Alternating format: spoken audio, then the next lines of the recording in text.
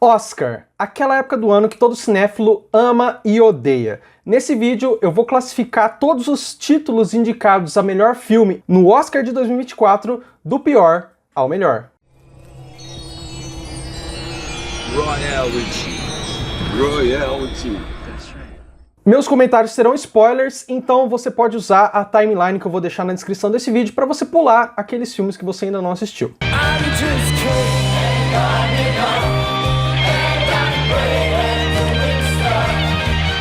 Em décimo lugar, ficção americana dirigido por Cord Jefferson. Eu acho que uma revisão do roteiro e um diretor um pouco mais experiente faria uma diferença enorme aqui.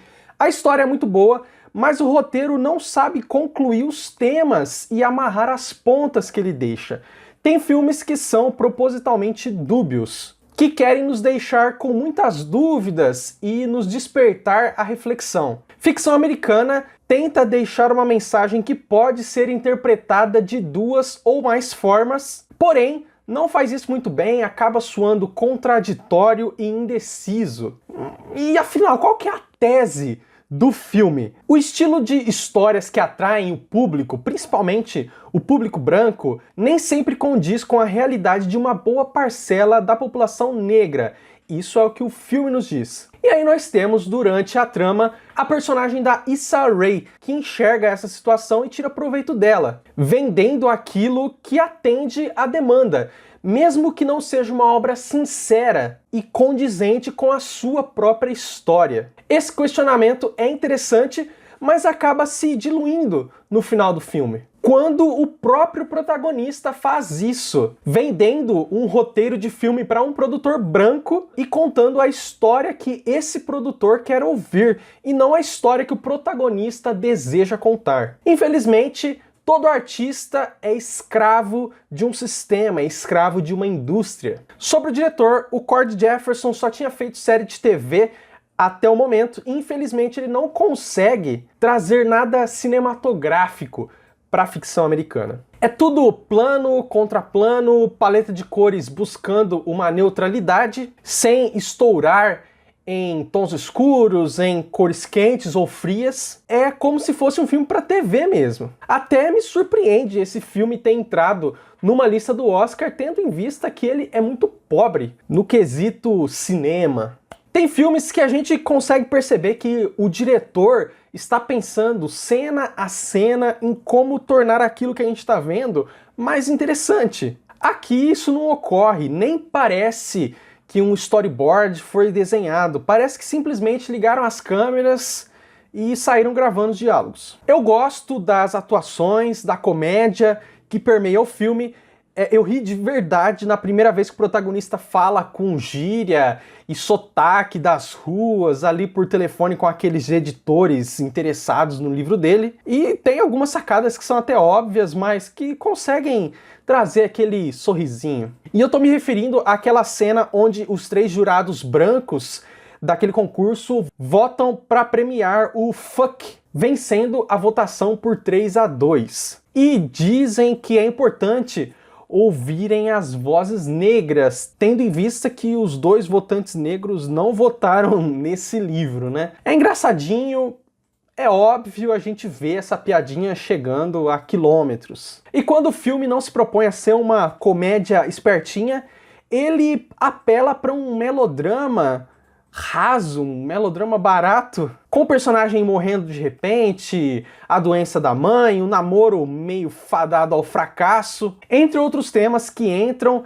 e saem da trama sem de fato causar um impacto real e duradouro em quem assiste. E eu preciso falar que eu adoro o pôster desse filme. Eu fui assistir sem saber nada da história e eu fiquei muito intrigado com o pôster, que eu não tinha entendido direito. Eu pensei que a história tivesse alguma relação com moda, mas aí quando eu assisti, tudo fez sentido, eu adorei a ideia do pôster. Ficção americana é interessante, toca num tema muito relevante e questiona se o papel do autor negro é sempre contar histórias sobre um único aspecto da pessoa negra nos Estados Unidos. Aquela pessoa que, devido à discriminação e falta de oportunidades, acaba se envolvendo com crime. Mas falta cinema Aqui falta atmosfera, falta transformar uma premissa interessante em um filme visualmente atrativo.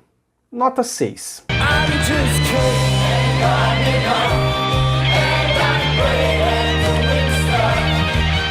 Em nono lugar, Maestro, dirigido por Bradley Cooper. A cinebiografia de um dos maiores maestros da história, Leonard Bernstein. O aspecto que mais brilha são as atuações de Bradley Cooper e Carey Mulligan, tendo o seu ápice no clímax do filme, aquela cena maravilhosa do personagem regendo a orquestra naquela sinfonia que ele compôs. Aquilo é extremamente bem dirigido, bem editado, é pensado e filmado com perfeição. A intensidade da regência, o suor, a entrega, o gozo de prazer em executar com perfeição aquele trabalho transborda da tela. É como se a gente estivesse realmente vendo o Leonard real ali. É muito difícil de fazer. Você lembra do Rami Malek interpretando o Freddie Mercury na sequência final de Bohemian Rhapsody? Lembra como que aquilo ficou ridiculamente fake? Tipo um Freddie Mercury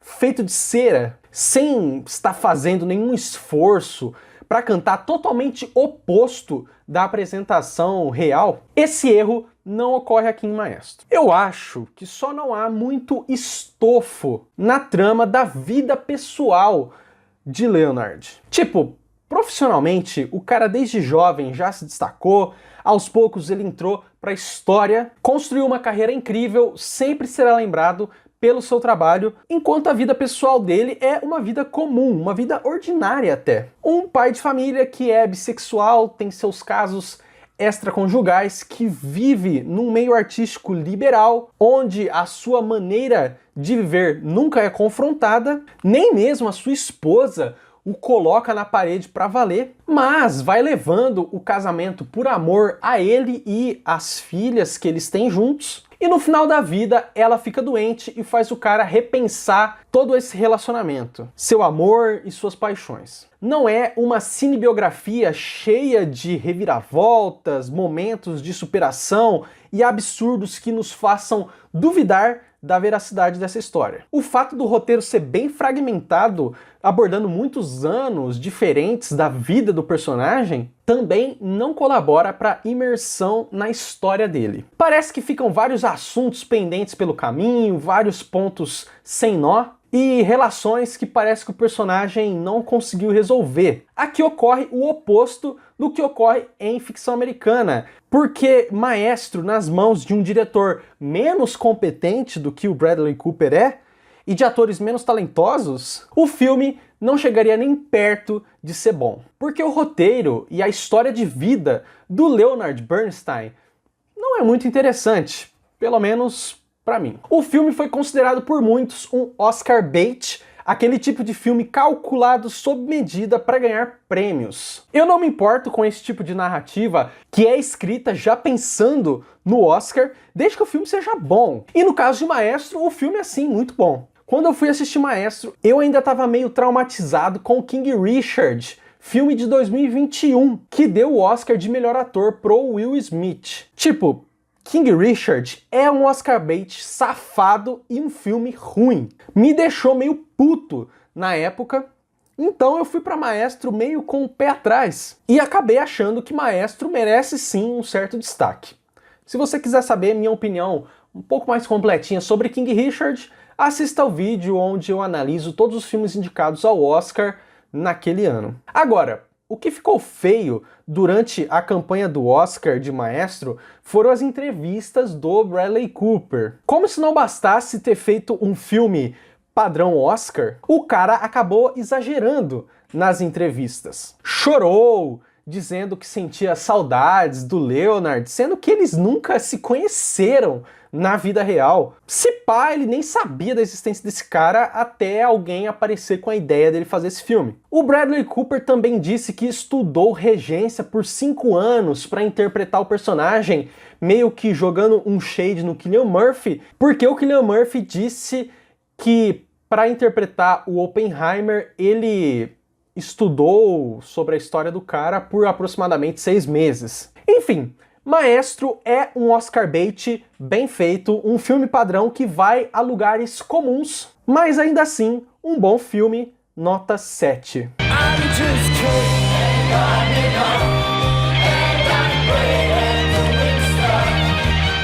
Em oitavo lugar, Zona de Interesse, dirigido por Jonathan Glazer. A ideia aqui é provocar um incômodo em quem assiste, porque nós vemos um drama familiar de pessoas nazistas. A trama principal envolve a separação momentânea do pai dessa família, que recebe uma promoção ali na hierarquia do exército alemão, e precisa prestar serviços em outro local enquanto a família dele vai continuar vivendo em Auschwitz, numa casa muito confortável, bem ao lado do campo de concentração. Todos os questionamentos óbvios que vêm com essa premissa são apresentados aqui. Então, a gente tem uma cena onde a personagem da Sandra Hüller diz como que é bom viver naquele lugar, criar seus filhos ali naquela bela casa e cultivar aquele jardim maravilhoso. E apesar de uma cena assim ser bem previsível, o impacto dela ainda é muito grande. Pelo menos pra mim, foi revoltante assistir esse discursinho de madame dela. E aí a gente segue com outras obviedades, com a dona de casa nazista maltratando a servente judia,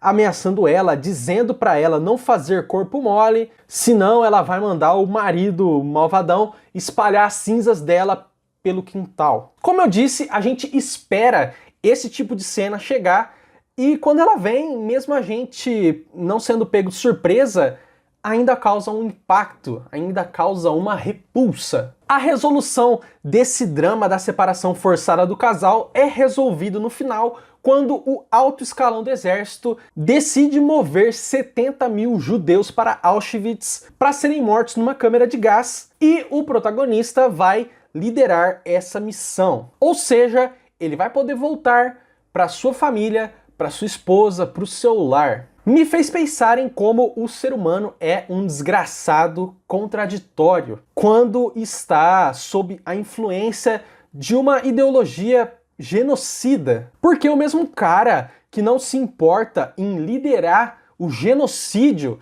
de aproximadamente 70 mil pessoas, quando está em casa é amoroso com seus filhos, com a sua esposa. O cara é amoroso até mesmo com o seu cavalo. E sabe de uma coisa que me chamou muito a atenção logo que eu fiquei sabendo sobre a existência desse filme? O pôster principal. Esse com mais da metade dele todo escuro. Nem o título do filme é colocado ali naquele breu. Antes de assistir o filme, eu fiquei me questionando sobre o porquê desse pôster ser assim. Será que tem algum significado esse design? Bom, durante o filme, a gente vê aqueles judeus serventes dentro da casa dos nazistas e nunca vemos os judeus torturados no campo de concentração.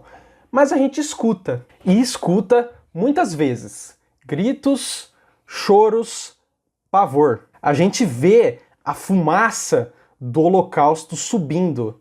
E é isso. Mas ver, a gente não vê. Tal como a família nazista, que se recusa a enxergar a humanidade daquelas pessoas. O Imago Dei dos judeus. O pôster nos comunica isso. Existe ali uma escuridão, algo que está sendo ocultado do espectador, algo terrível e assustador pairando sobre um alegre piquenique daquela família. Infelizmente, eu acho que a temática de Zona de Interesse se esgota muito rapidamente. A ideia de nos fazer olhar para essa família é muito interessante, mas faltou preencher essa casa com mais conflitos. Talvez seja por isso que há tantos momentos de silêncio aqui. Há muitas cenas de contemplação do cotidiano onde não há diálogos, porque não há realmente muito assunto ali dentro do filme, mesmo que os poucos assuntos que existam sejam sim muito impactantes. E de certa forma, essas cenas silenciosas até que nos ajudam a processar melhor a história, não deixando as coisas mais pesadas do que já são, e o silêncio nos faz refletir e pensar enquanto estamos assistindo ao filme. Num filme muito verborrágico, a gente não tem condições de refletir sobre ele enquanto estamos assistindo, porque a gente está a todo momento prestando atenção nos diálogos, prestando atenção na trama. Zona de interesse nos faz pensar enquanto assistimos. É difícil de engolir, eu não sei se eu tenho coragem de tomar outra dose, mas nota 7.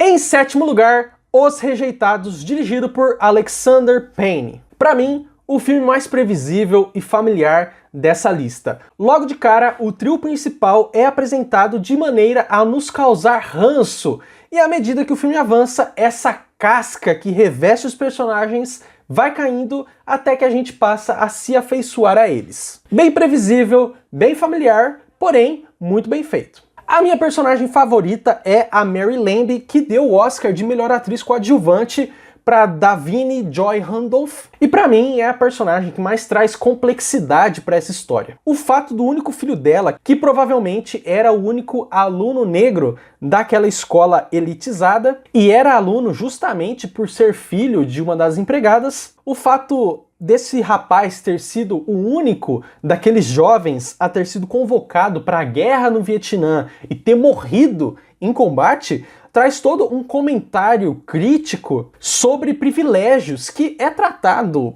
superficialmente, porém é o suficiente para deixar sua marca em meio a tantas subtramas que esse filme possui. Eu vou trazer uma citação sobre isso. O professor Paul, personagem do Paul Giamatti, repreendendo um dos alunos, diz, abre aspas, para muitas pessoas a vida é como uma escada de galinheiro, curta e uma merda. Vocês nasceram com sorte. Quem sabe um dia vocês, pequenos degenerados, valorizem isso. Quando os alunos e professores vão embora curtir as férias e ficam só uma meia dúzia de pessoas ali na escola, eu até comecei a curtir bastante o filme, imaginando para onde o roteiro poderia caminhar com aquele grupo tão diverso, com alunos de idades diferentes. Para minha tristeza, os poucos alunos que ficaram vão embora também, e fica apenas o aluno mais insuportável de todos, o professor chato e a funcionária em luto. A carga dramática do filme sobe tanto desse meio pro fim que eu confesso que fiquei até um pouco incomodado, porque eu tava achando o filme até meio levinho e tal, né?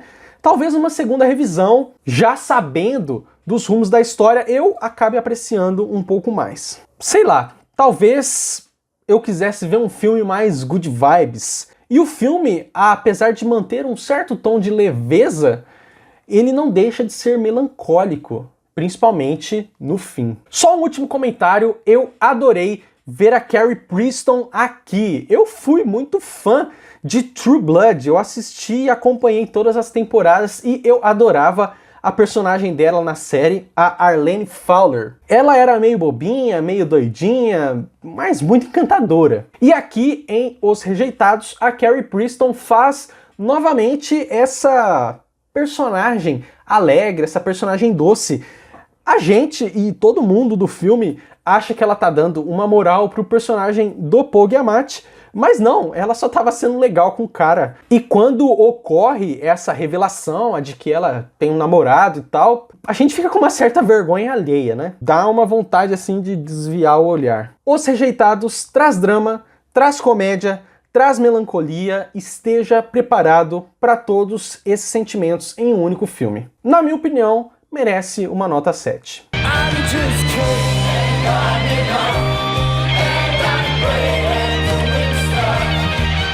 Em sexto lugar, Oppenheimer, dirigido por Christopher Nolan. Quando chegou o final de semana do Barbenheimer, eu fui assistir Barbie e fiquei enrolando para ver o Oppenheimer. Eu tive um pouco de preguiça, para falar a verdade. Pelo material de divulgação, ficou muito claro que esse seria um filme denso, longo, muito focado no Oscar. com aqueles macetes do Nolan de ficar contando a história de maneira embaralhada e confusa. Então eu pulei, mas eu não poderia ignorar o filme para sempre. E é claro que eu gostei bastante do resultado final. Para mim, a trama contada na parte colorida do filme, que segue o ponto de vista do Oppenheimer, é muito interessante e bem feita. Por mim, se o filme fosse só isso, já seria uma biografia de alto nível, contando a história sobre esse cara que liderou a equipe por trás de uma das mais devastadoras armas que a humanidade já colocou em suas mãos. Mesmo os trechos onde o foco não é necessariamente o trabalho científico dele, como o envolvimento tímido dele com o Partido Comunista, ou o envolvimento com sua amante, interpretada pela Florence Pugh, são úteis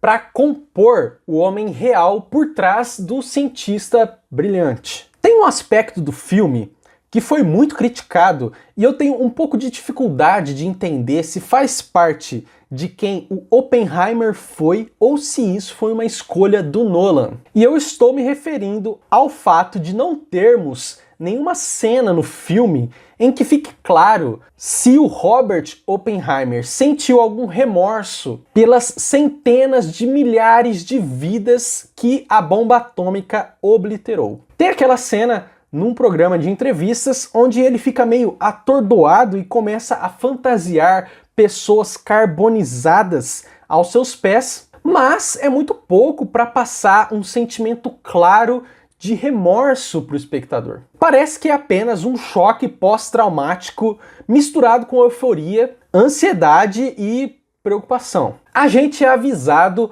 mais de uma vez que jogar essas bombas é finalizar a guerra. Em outras palavras, destruir 2 cidades do Japão é garantir que um número enorme de soldados americanos e japoneses não precisem mais ficar em batalha e eventualmente morrer. A escolha do Nolan em não mostrar nenhuma cena do bombardeio em Hiroshima e Nagasaki, nem mesmo durante o informativo da televisão, me coloca ainda mais nessa dúvida. O verdadeiro Robert Oppenheimer nunca sentiu remorso ou o Nolan que não quis abordar esse assunto? Eu pensei que a resposta definitiva viria no final do filme, mas não. Aquele último diálogo entre o Robert e o Albert Einstein girou mais em torno do descarte que os líderes políticos praticam contra os cientistas após extraírem deles tudo o que eles precisam.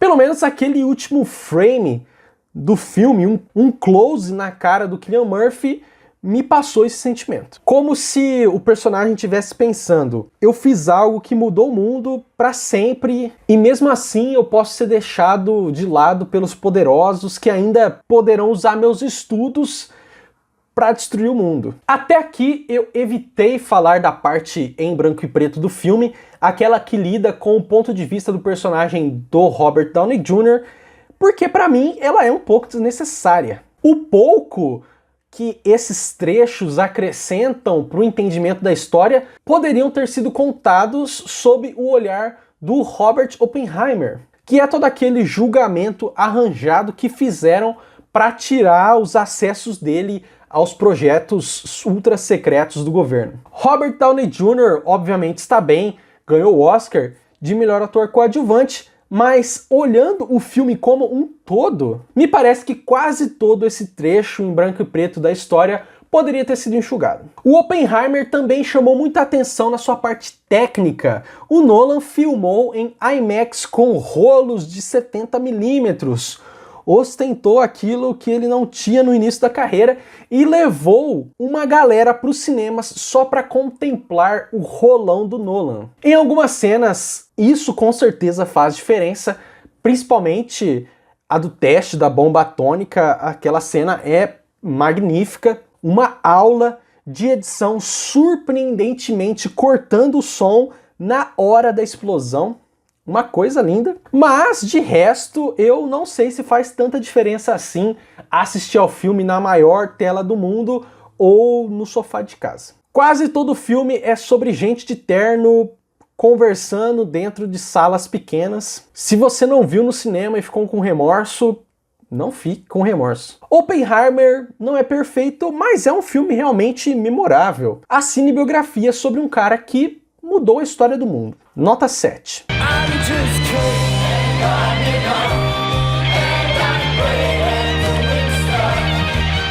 Em quinto lugar, Barbie, dirigido por Greta Gerwig. Eu já falei de Barbie em 2 vídeos aqui no canal. Num vídeo onde eu conto tudo que eu assisti em janeiro, eu falo brevemente sobre como eu havia gostado de Barbie da primeira vez que eu assisti, mas acabei gostando bem mais da segunda vez. Todo o discurso feminista da América Ferreira no último ato do filme me pareceu bem mais orgânico e natural nessa revisão. E o outro vídeo onde eu falo de Barbie é aquele onde eu detalho apenas a cena-chave do filme. A própria diretora disse que a cena da velhinha ali no ponto de ônibus é o coração do filme, e naquele vídeo eu tento explicar o porquê disso. Então, para não ficar repetitivo, nesse vídeo aqui eu vou me limitar em analisar apenas a relação entre Barbie e 2001, Uma Odisseia no Espaço. O filme que é referenciado naquela primeira cena onde a Margot Robbie,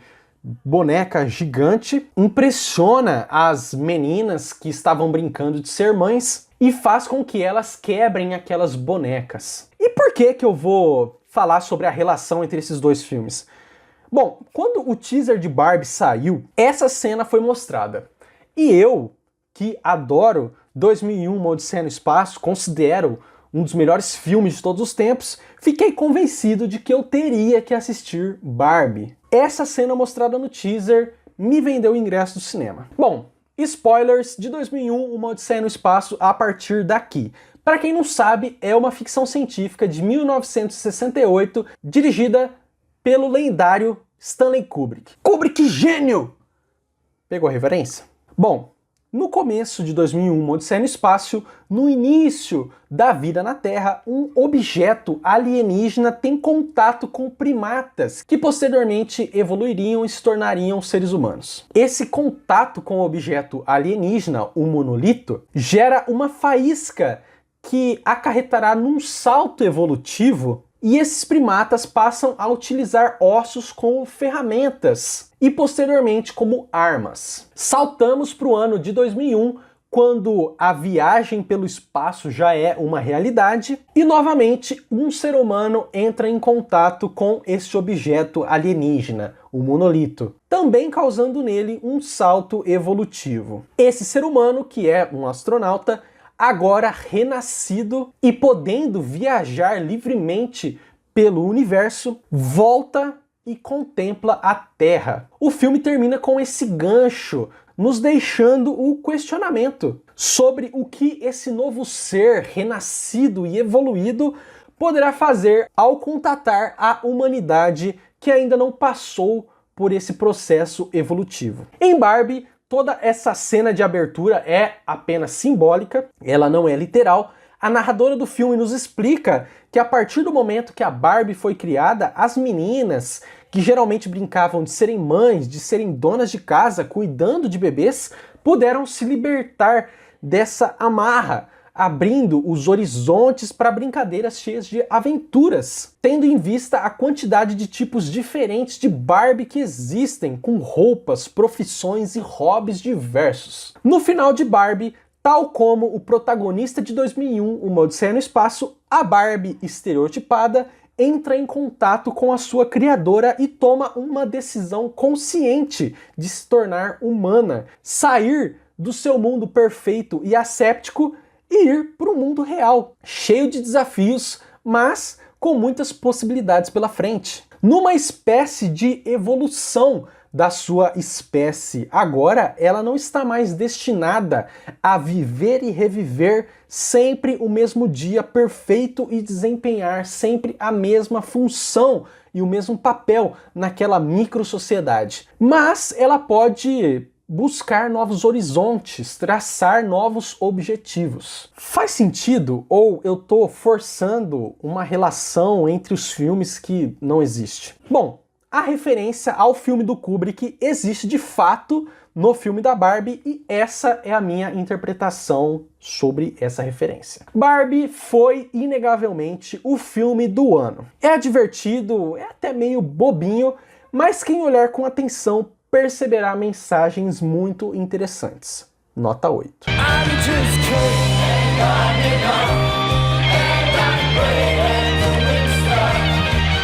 Em quarto lugar, Pobres Criaturas, dirigidos por Yorgos Lanthimos. Talvez o filme mais polêmico desse Oscar. Foi muito criticado por causa da nudez da Emma Stone e do roteiro que se movimenta a partir da busca pela liberdade sexual da protagonista. Eu discordo frontalmente das pessoas que alegam que o filme é quase pornográfico. Não há sexo explícito aqui, como eu vi muita gente na internet dizendo que tinha. Existe sim nudez feminina, existem cenas de sexo encenadas, há um nu frontal masculino e é isso. Essas cenas não estão mal posicionadas, elas ocorrem pontualmente no roteiro para nos contar a história. Sem elas, o filme não seria o mesmo e o impacto de acompanhar o mundo pelos olhos da Bella Baxter com certeza seria menor. Vi também alguém criticando os segmentos e as cenas que se passam no bordel. Essa pessoa que estava criticando dizia que o filme romantiza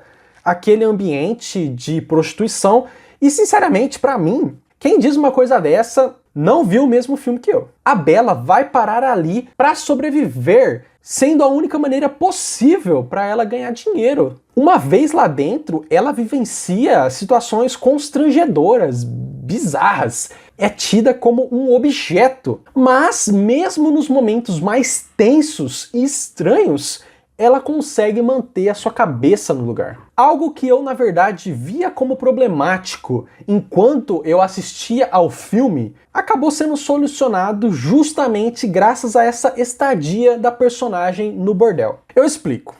O filme é branco e preto até que ela descobre o prazer sexual. Então, o filme fica colorido e ela sai da prisão domiciliar que vivia e vai desbravar o mundo com o sujeito mais tosco de todo o filme, o personagem do Mark Ruffalo. Aquele cara é ridículo. Para mim, toda essa jornada de autodescobrimento e busca incessante pelo prazer me parecia uma visão muito vazia da vida. Mas então ela chega ao bordel e, em certa altura, encontra verdadeiramente o amor. Ela de fato se apaixona por aquela colega de trabalho e percebe que existe algo muito mais valioso do que o sexo. A Emma Stone disse que se incomodou muito de sempre ser questionada sobre a nudez no filme, sobre as cenas de sexo e tudo mais, tendo em vista que ela, por ser uma das produtoras do filme, filmou tudo o que queria. Ela não foi forçada a fazer nada que ela não quisesse. Eu entendo que ela gostaria de ser questionada sobre outros aspectos do filme, mas sinceramente é difícil de fugir desse tema, porque não é todo dia que um filme de grande orçamento e com uma atriz tão famosa como ela trabalha com tabus como esse. O Felipe Leão, um cara famoso na bolha cinéfila brasileira da internet, deixou uma review no Letterboxd que eu acho que resume bem toda essa polêmica ao redor do filme. Eu vou ler um trecho aqui. Abre aspas. Acredito que todo o rebuliço em torno de Pobres Criaturas nos permite mais discutir alguns sintomas referentes ao cinema do que discutir se verdadeiramente o filme é inventivo, estranho ou coisa do tipo. Me parece evidente que Lanthimos busca esse estranhamento, mas o faz reconhecendo a pobreza em alguns aspectos do cinema contemporâneo, sobretudo industrial. Ele continua. A questão é de base comparativa. Enquanto o cinema contemporâneo é acinzentado e desaturado, Lanthimos faz um filme colorido e vivo. Enquanto o cinema contemporâneo abandona a fantasia, e isso passa pela rejeição da cor, Lanthimos escolhe abraçá-la, referenciando clássicos do cinema e literatura inclusive. Enquanto o cinema contemporâneo é casto, Lanthimos centraliza no sexo o motor de seu filme. Cabe perguntar, porém, toda essa estranheza é de fato autêntica ou é fruto dessa comparação? Matou a pau aqui o Felipe Leão, hein? Bom, o que eu não curti muito em Pobres Criaturas é o ato final dele. Mesmo apaixonada por sua colega de trabalho, a Bella decide voltar e casar com o assistente do cientista. Aí descobre aquele ex-marido naquela cena de casamento tosquíssimas, estilo novela das 6. Vai pra casa dele para entender o porquê de sua mãe ter cometido suicídio. Aí fica um tempo lá, resolve-se a trama e ela termina voltando e herdando o casarão do cientista Willem Dafoe, morando com seu amorzinho, com o assistente, que ela acaba não casando com ele, e com a Margaret Qualley, que está no filme para não fazer nada. Eu acho esse final muito bobo, eu acho que ele não brilha como o restante do filme, porém não chega a desmontar completamente a história para mim. É um filme divertido, é um filme muito sólido, é um filme que traz uma experiência muito legal. Nota 8.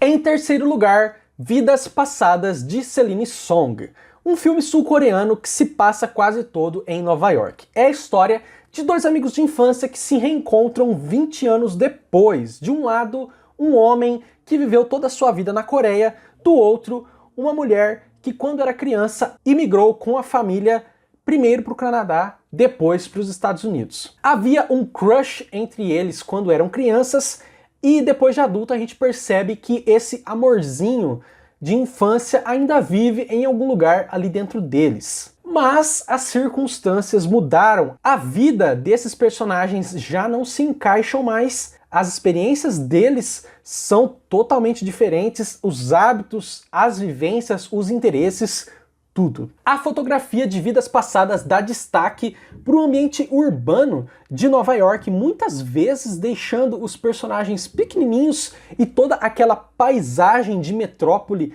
ao redor, combinando demais com a temática do filme, que é sobre uma história intimista dessas duas pessoas que acabam se afastando justamente por causa da distância, por causa do tamanho do mundo e da dificuldade de comunicação que só quem viveu até os anos 80 num contexto pré-internet entende. Eu acho que as histórias de multiverso fazem tanto sucesso porque todo mundo fica imaginando como que teria sido a própria vida se determinados momentos do passado tivessem sido diferentes. E é esse tipo de angústia que assola os personagens de Vidas Passadas. Será que eles estariam juntos se a família dela não tivesse ido embora da Coreia? Será que um relacionamento à distância entre eles teria dado certo se eles tivessem continuado mantendo contato assim que conseguiram se localizar pela internet? São dúvidas que nunca serão respondidas. E esse tipo de angústia dói neles e dói na gente, principalmente no final do filme. É triste e belo ao mesmo tempo. É agridoce. No começo a gente quer que eles fiquem juntos, mas aí o namorado americano dela surge na história como um cara tão legal, um cara que não merece ser deixado de lado só porque um crush do passado apareceu de repente. E por falar nesse namorado americano da protagonista, tem um diálogo entre eles que não sai da minha memória. Ele conta pra ela que ela fala dormindo de vez em quando e fala em coreano. Aí ele diz, abre aspas, você sonha num idioma que eu não entendo. É como se existisse todo um lugar dentro de você que eu não consigo ir. Bonito isso aqui, bonita essa linha de diálogo, bem pensado. Eu achei Vidas Passadas lindo. De toda essa lista do Oscar, é o filme que com certeza eu mais tenho vontade de rever. Obra-prima, nota 10.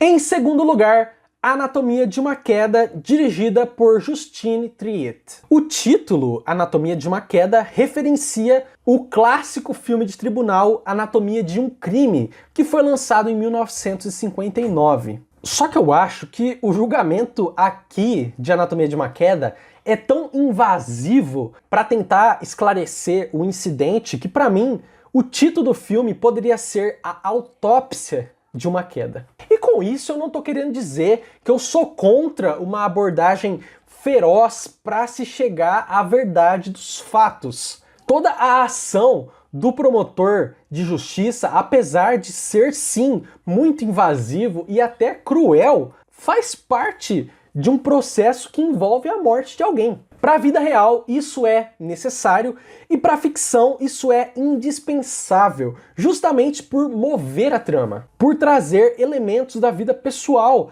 daquelas pessoas, por gerar tensão, por criar esse personagem antagônico e nos fazer torcer pela protagonista, mesmo sabendo que talvez ela seja uma assassina. E sobre isso, tem gente na internet muito puta com a falta de uma resposta definitiva sobre essa pergunta, a do matou ou não matou. Para mim, independente da resposta, eu gosto de como que o roteiro e a edição lidam com esse assunto e escondem a verdade da gente. Tem duas cenas definitivas sobre isso que eu vou comentar mais detalhadamente. A primeira dessas cenas é lá no final, no depoimento definitivo do filho do casal. Antes dessa cena tem todo aquele experimento que ele faz com o cachorro para tentar descobrir se a história que a mãe dele contou sobre o uso de medicamentos em excesso do pai dele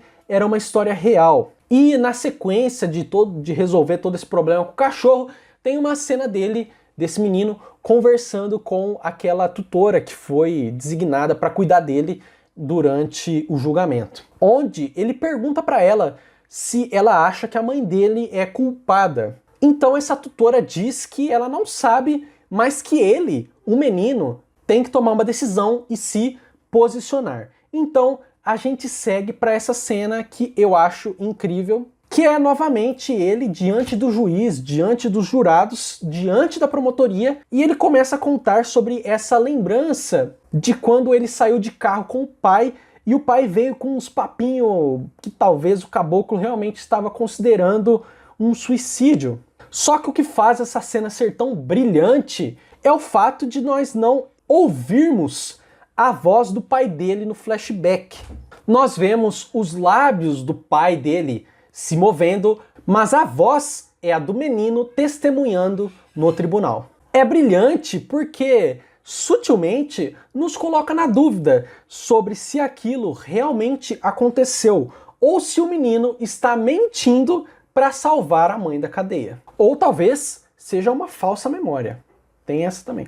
Outra cena que para mim define o filme e o coloca entre os melhores dentro desse grupo de filmes de tribunal é aquela onde o áudio da briga do casal é reproduzido. O primeiro ponto de destaque é novamente relacionado ao filho deles, que convence a juíza em deixá-lo no tribunal, um ponto que mostra a transição do personagem, da inocência para a realidade. Porque até aquele momento a gente fica sabendo que ele fugia das brigas dos pais. Sempre que eles começavam a discutir, ele saía para dar um rolê com o cachorro. E quem teve esse tipo de infância com pais que brigavam muito, sabe o quão isso é real, a vontade de ir embora, vontade de sair quando a briga começa. A gente simplesmente não quer admitir que talvez os nossos pais não se gostem tanto quanto eles aparentam em público. Esse menino ali naquele tribunal, optando por ouvir a discussão particular dos pais, que agora se tornou pública, é, na minha opinião, um momento muito forte, uma pancada muito grande que mostra esse desenvolvimento do personagem. Depois, a gente tem a cena do flashback dessa discussão, que com certeza foi o clipe utilizado pela produção para convencer os votantes do Oscar a dar um Oscar para Sandra Hüller, ou pelo menos indicá-la. Essa mulher está incrível em todas as nuances que a personagem passa durante esse inferno astral que a vida dela se tornou, mas aqui, nessa cena de discussão, ela explode. Porém, a cereja do bolo e o que me faz dizer que essa cena é tão brilhante é o que vem em seguida, com a edição. Durante a discussão, nós estamos vendo a cena de fato, o flashback, porque pelo áudio é possível identificar quem está falando. Quando a briga física começa, aí nós já não vemos mais o flashback. A gente só escuta o áudio de coisas sendo jogada pelo chão, tal como as pessoas dentro daquele tribunal. A decisão de cortar a imagem justamente nessa parte faz sentido para continuar nos deixando na dúvida sobre a culpa ou não da personagem da Sandra Hüller. Mantém a aura de mistério sobre esse incidente porque a única pessoa viva que realmente sabe o que aconteceu naquela briga da cozinha é ela. E nós, como público, somos convidados a tomar uma decisão, tal como os jurados. A gente vai acreditar na versão e no testemunho dela ou não. Anatomia de uma Queda não oferece respostas fáceis, mas é instigante, intrigante e esmiuça uma relação tão complexa que acaba sendo impossível apontar o dedo e dizer quem está certo e quem está errado. Nota 10.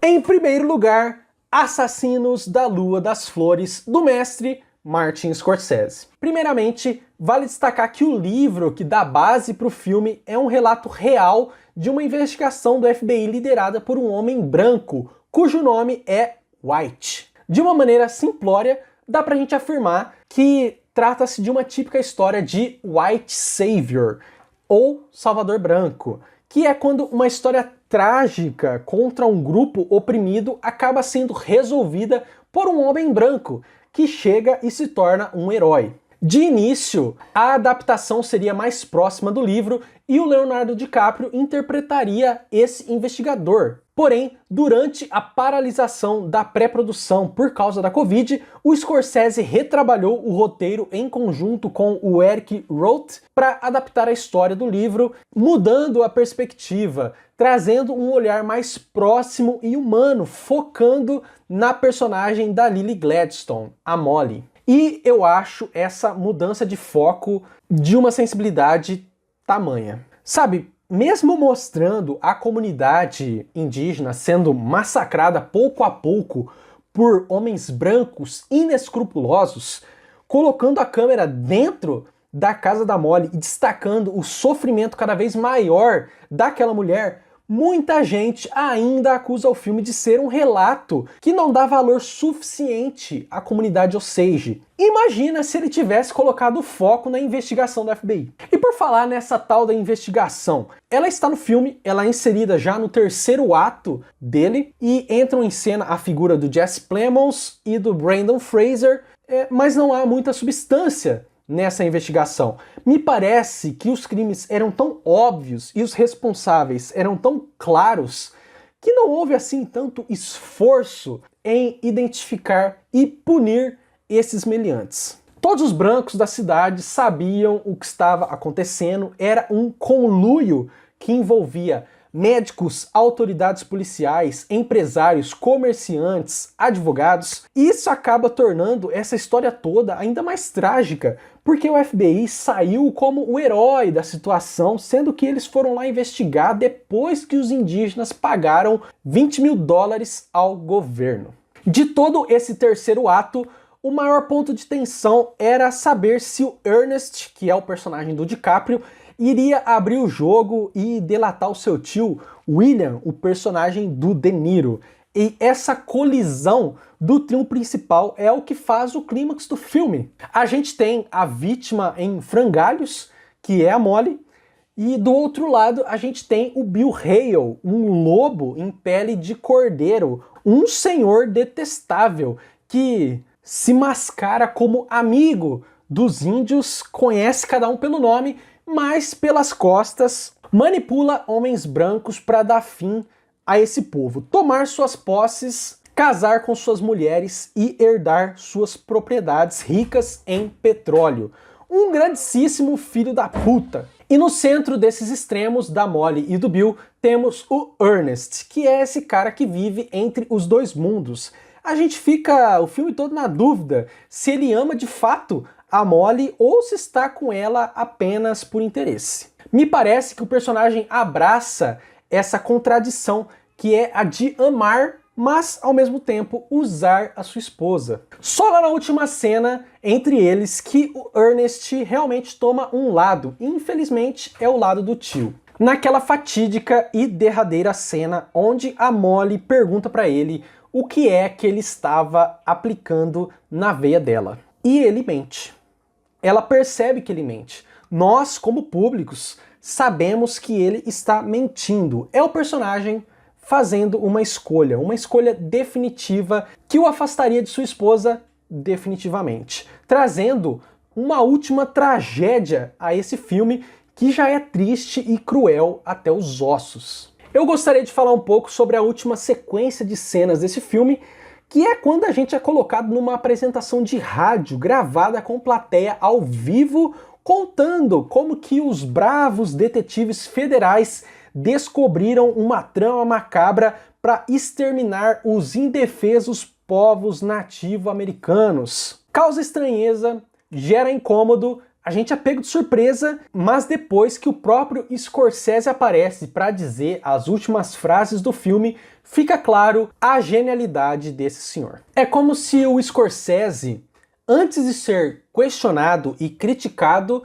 já reconheça que sim, ele é um homem branco contando uma história escrita por um homem branco sobre homens brancos cruéis que mataram muita gente e que saíram quase impunes. No fim, após tantas famílias terem sido dizimadas, o relato desses acontecimentos viraram entretenimento. Virou livro, virou radionovela, virou filme agora. O Scorsese reconhece e assume isso, vindo ele mesmo dar as palavras finais dessas belas 3h30 de um filme que, mesmo sendo capaz de nos despertar para um fato histórico terrível, ainda assim é capaz de nos entreter. A galera pode reclamar, dizendo que o Scorsese está faturando em cima de uma história de um grupo na qual ele não faz parte, mas os próprios descendentes dessas vítimas engrandecem o trabalho do cara, chamam ele e o DiCaprio de amigos e foram ao Oscar apresentar a sua música. Eles, os indígenas, descendentes dessa tribo Osage, não se sentiram ofendidos ou menosprezados. Eu sei que eu já falei muito desse filme, mas eu vou mencionar rapidamente algumas coisas que eu adorei. A trilha sonora composta pelo Robert Robertson dá um pau em qualquer trilha dos outros filmes dessa lista, inclusive na do Oppenheimer, que foi a trilha sonora que venceu o Oscar. Procura aí o álbum da trilha sonora de Assassinos da Lua das Flores para você ouvir, você não vai se arrepender. Outro breve comentário é sobre as atuações do De Niro e da Lily Gladstone. Os dois, para mim, estão incríveis. De Niro, melhor ator de todos os tempos, não tem jeito. E eu vou encerrar o meu comentário sobre esse filme citando uma das minhas cenas favoritas, que é quando a Molly já percebeu que as mortes da tribo estão sendo orquestradas por alguém, então ela contrata um detetive particular e vai até a estação de trem para buscá-lo. Estação lotada, câmera lenta, muita gente olhando com desdém para ela e ela retribuindo o olhar, porém com ódio, fulminando aquelas pessoas. Então, uma narração em off da personagem ocorre, abre aspas. O mal cerca meu coração. Muitas vezes eu choro e este mal que rodeia meu coração sai pelos olhos. Fecho meu coração e guardo lá dentro o que há de bom, mas o ódio aparece e diz que eu deveria matar os brancos que assassinaram a minha família.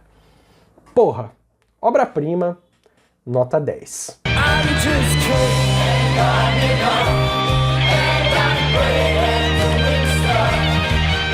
Bom, em resumo, na minha opinião, ficção americana é bom, Maestro, Zona de Interesse, Os Rejeitados e Oppenheimer são muito bons, Barbie e Pobres Criaturas são ótimos, Vidas Passadas, Anatomia de uma Queda e Assassinos da Lua das Flores são obras-primas. Mas para você, qual que é o melhor filme desse Oscar de 2024? Deixa aí o seu comentário. Se você gostou desse vídeo, curta, se inscreva no canal. Muito obrigado por ter assistido, eu fico por aqui e até a próxima.